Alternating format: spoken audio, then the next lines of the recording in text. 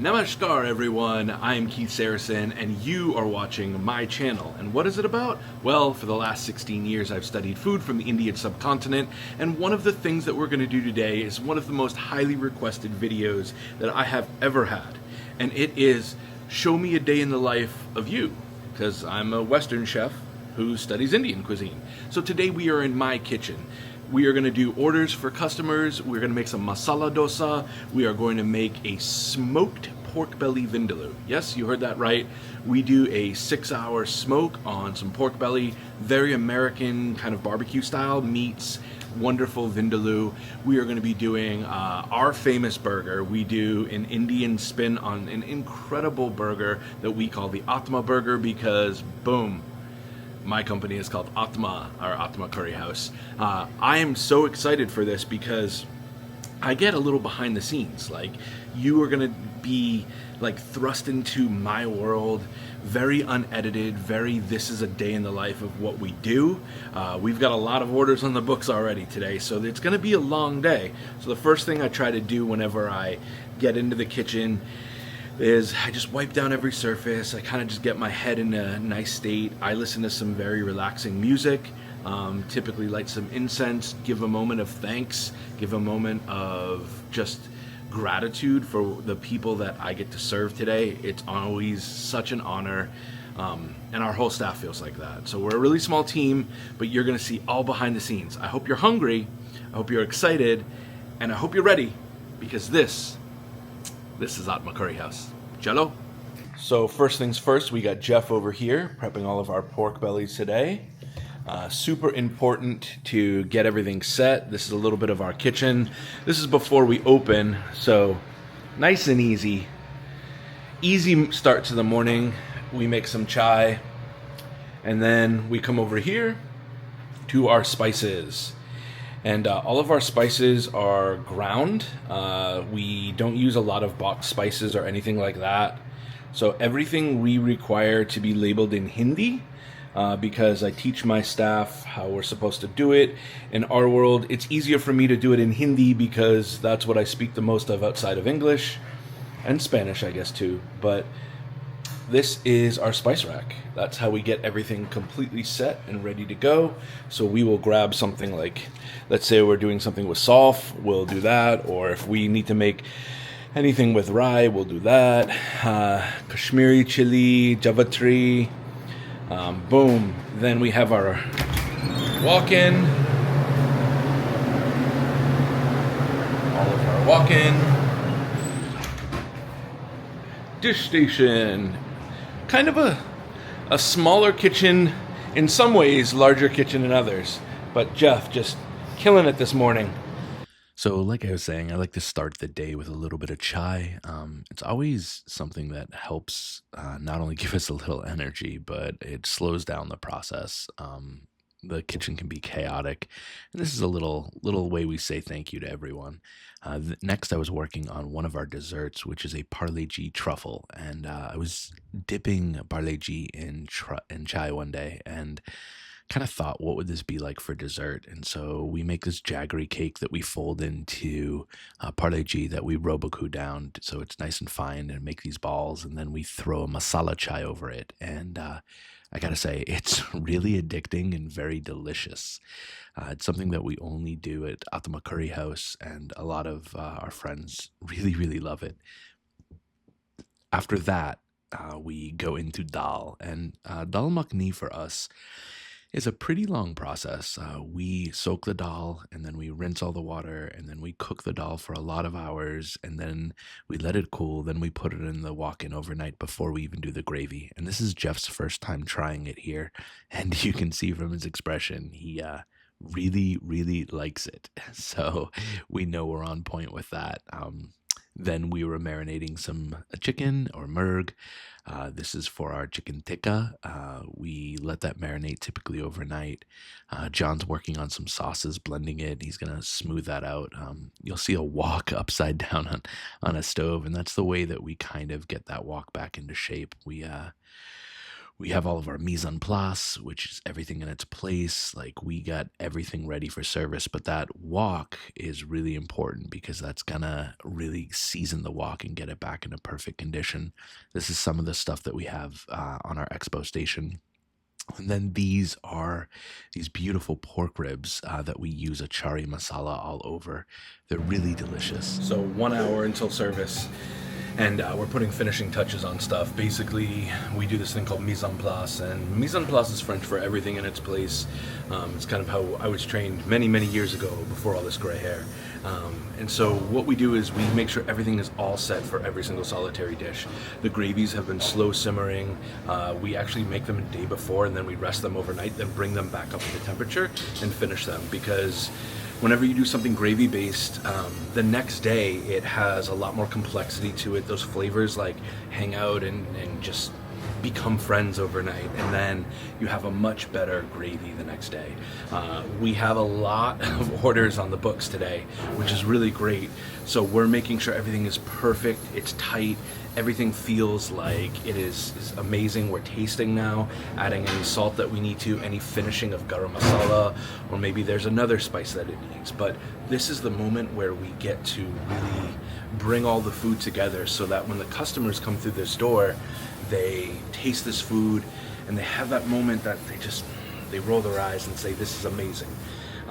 I love this food. I am so passionate about it, and the crew behind me is incredibly passionate too. So to bring this all together, we're a very small crew. 3, typically 4 people is all that works in this kitchen. And there's no shortcuts, as you saw in the spices. There's no shortcuts. There's only time and attention to detail and respect that goes into every single solitary dish.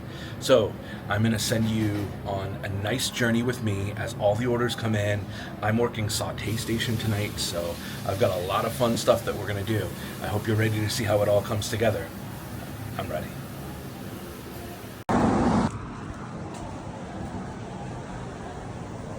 And so now it's all about service. So first of all, this is going to look a little chaotic as I'm recording this from the Meta glasses.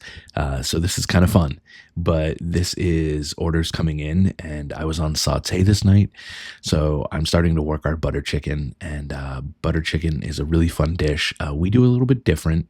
So one of the things that we do is we have a smoked cashew base. So we take some cashews, typically cook them off in ghee to get it a little bit of smoky, and then we use that for our makhni base. The chicken tikka is beautiful. We do it all, everything in house. You saw the spices. We grind it all. We do it all. This is my little station set up so that as orders come in, I can immediately start working all the orders so that they get out in time. You'll see me putting in some noodles to some boiling water for this noodle dish that we have on the menu. That's kind of a nod to Hakka noodles. Really delicious, really good. A lot of bold flavors in there.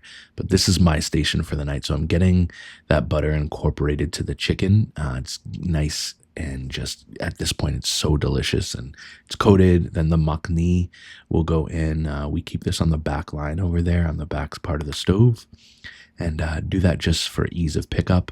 And then we start to cook this down and get it incorporated, let it reduce for a minute, and that's the pickup. If you don't know what a pickup is from the time the order comes in and what you need to do until the time the order is out for the customer. So our pickup times have to be, or our pick times have to be really, really quick. As we go through a lot of orders, and it's all about being prepared. You can see me already working those noodles, and the wok is already seasoned. You can see it glisten when it goes back to that. It's all about thinking 3 or 4 steps ahead, but also being very present, because if you let that makhni burn, it's not going to be good.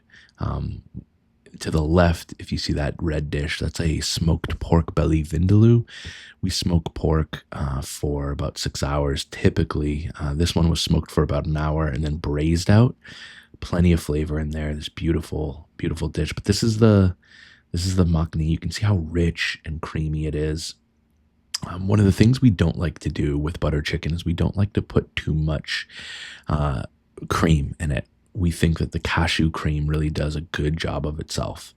Now you'll see me working that noodle. So we have, first thing I put in there was cabbage. And it's a cabbage that we basically toast over the fire first, and then we cut that. We have some coleslaw in there, and then those noodles are basically ready to go. But what we're trying to do is accomplish something called wok hay, and that in Cantonese that would translate to like breath of the wok.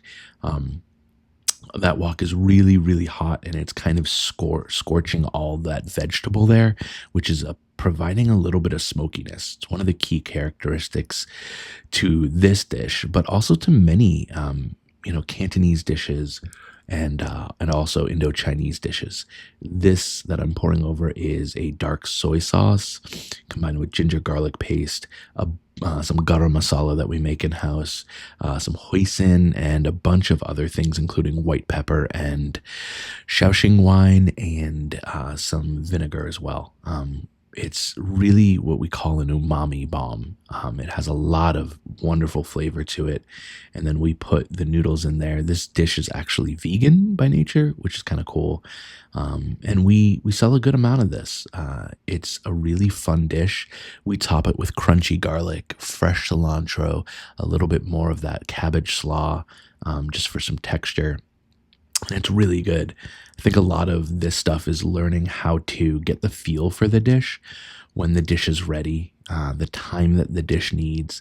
A lot of this dish is based on color. I can see that the color's a little bit light here since this is a double batch. So I'm going to bring in more of that beautiful sauce just to give it a little bit more flavor there and to darken it out.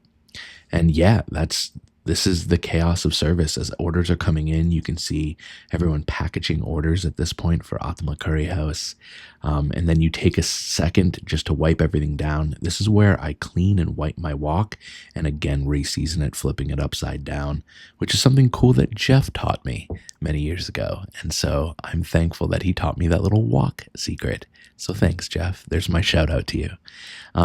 Next, we're going to roll into dosa. Key characteristic with dosa, and it's my favorite thing we get to make, is making sure that the regulation of the temperature of the pan is important. The heat of the pan has to be right on. I always start with taking an onion and just seasoning the pan. It was always taught to me by one of my teachers, Prabha. And so thank you, Prabha. We make gunpowder or kandi podi all in-house, and that gets sprinkled on the dosa. We don't have any ghee on this dosa. This is a very home-style dosa.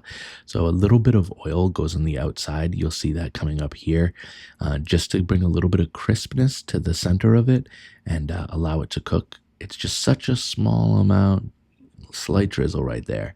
And that allows the dosa to get a little crisp, and it gets that wonderful flavor to it. We typically at this point, like you see me there, I'll turn down the temperature a bit, and with the palta, I'll just loosen the edges really, really slightly, because you're setting that crust of the dosa, you're setting that crispness of the dosa, but you don't want it to stick. There's a lot of different ways you can do dosa. This is just my way of doing it. It's a very home style, simple, humble way. I absolutely love it though. And then from there, you're going to see, we do a masala dosa. So the aloo, all this is warmed, and it's kind of staying at room temperature right there because we go through it so fast. Beautiful potato or aloo that goes in there. It's seasoned with curry leaf and so many other different spices. And at that point, this is just about ready. I'm going to, again, check those sides of it. It's all feel at this point where you do it, and it's, we say you get reps. Time and time again, we do this, and bam, that is the golden, beautiful dosa that's ready to go with the chutneys. We ask customers to eat it right away. And we get a couple more things here. The Aatma burger, it's kind of our signature thing. I'll go into this someday, but I gotta say, this is so good. It is so good. And that's the end of service. It was a long one. Whew. So hope you enjoyed service. We got rocked tonight. We did so many wonderful people who came out to say hi to us. So many new customers. Aatma Curry House is a really fun project for us, but it's all about the team. These guys crushed it tonight. So that's a day in the life. At this point, I've been here for 11 hours. What are we on, 11 hours, Jeff? Yeah, 11 hours in the kitchen today. I've eaten a protein bar, and we've had some good hydration today, so I feel good about that. But now we get to go home, need to get ready for this week. No downtime, and that's one of the hardest parts about this. Mentally, I think I'm more tired than physically at this point. But yeah, that's a day in the life in this beautiful kitchen from scratch, working really, really hard with this small team to bring some incredible food to everyone in this area and beyond. If you like this video, which I hope you did, please give it a like, subscribe, do all the fun stuff that you kids do on YouTube. Thank you guys so much for watching. We'll be back with more food videos, not just this, and yeah, a special announcement that comes up in the next video. Can't spoil it yet.